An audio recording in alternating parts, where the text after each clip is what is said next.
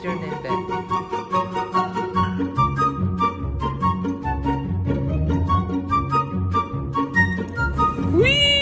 Magandang araw sa lahat and welcome back sa JC Katawan Vlogs. And andito na naman tayo sa another travel vlog from this channel. And kagaya ng sinabi ko sa previous video, is gagala tayo ngayon sa Highland Goat Farm sa Maningkaw, Sibulan, Negros Oriental. At syempre, kasama natin sa gala ngayon is si Ena and si Buboy.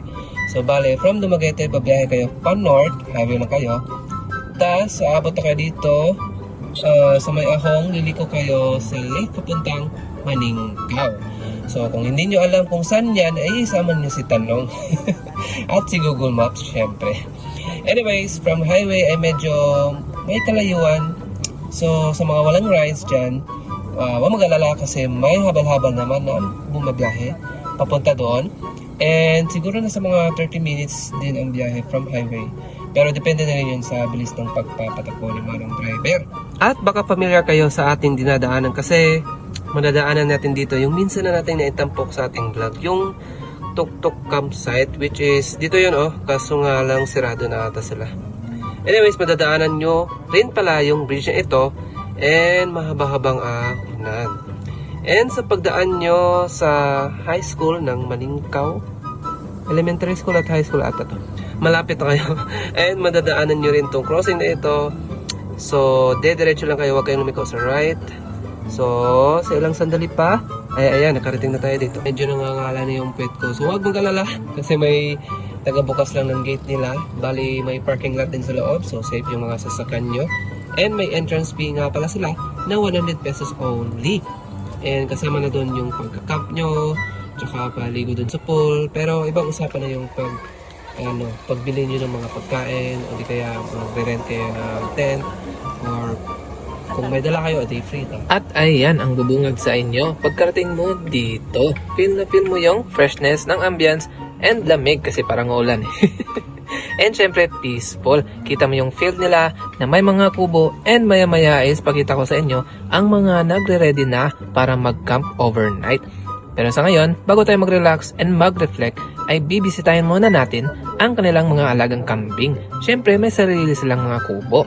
So, liliko tayo dito sa my left, may signage naman. And enjoy the view!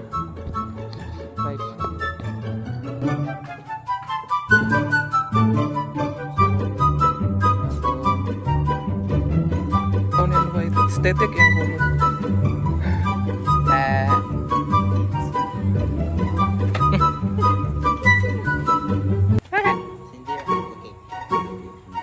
Be, what's your name, Be?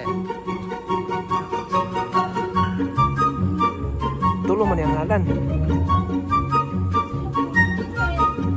Yan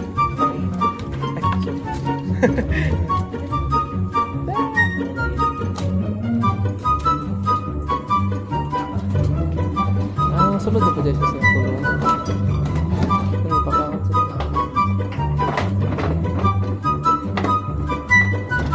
Oh.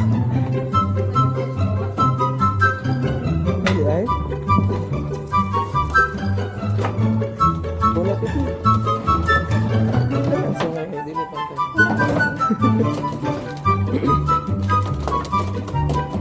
Gusto siya.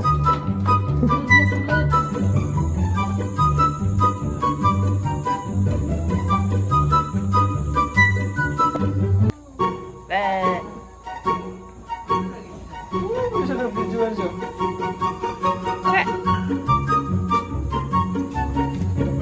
Galing. Hindi mo maning ano na, di pa Capricorn ka. No.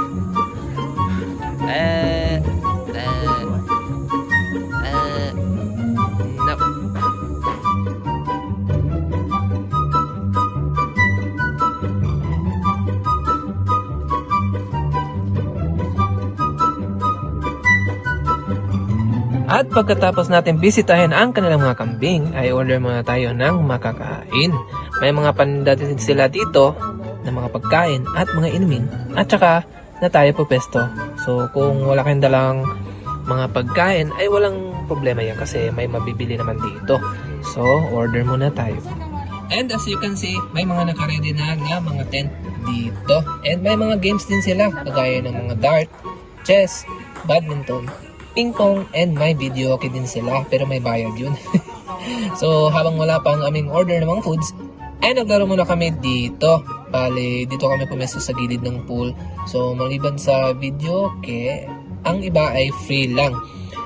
So wag mahiyang humiram and maghintay sa inyong turn kung sakaling may naunang gumamit nito.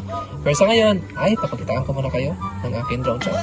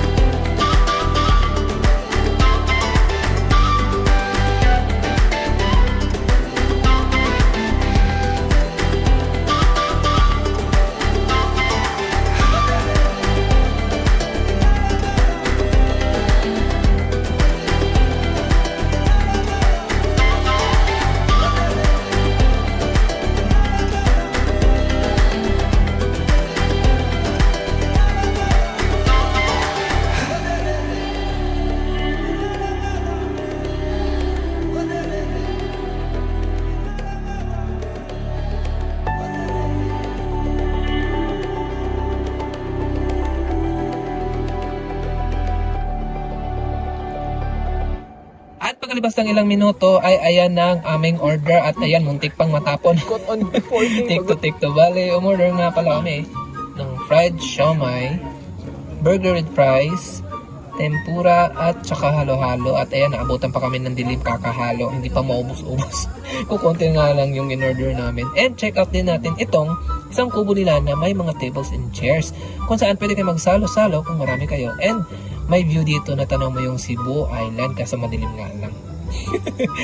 And may TV din sila dito na pwede rin kayong mag-video okay din. And ayan yung view nila pag nighttime na dito. Medyo maliwanag pa rin naman dahil maraming lights, pati yung pool may mga lights. So sa may mga gusto dyan ng may night swimming sa bukid, ay ito na ang para sa inyo. Kaso medyo madalas yung suot ko na smago. So ayan, may mga nagbababad pa nga. So maraming salamat sa panonood and sana ay na-enjoy nyo ang ating travel vlog dito sa Highland Goat Farm sa Paningkaw, Cebu, Negros Oriental.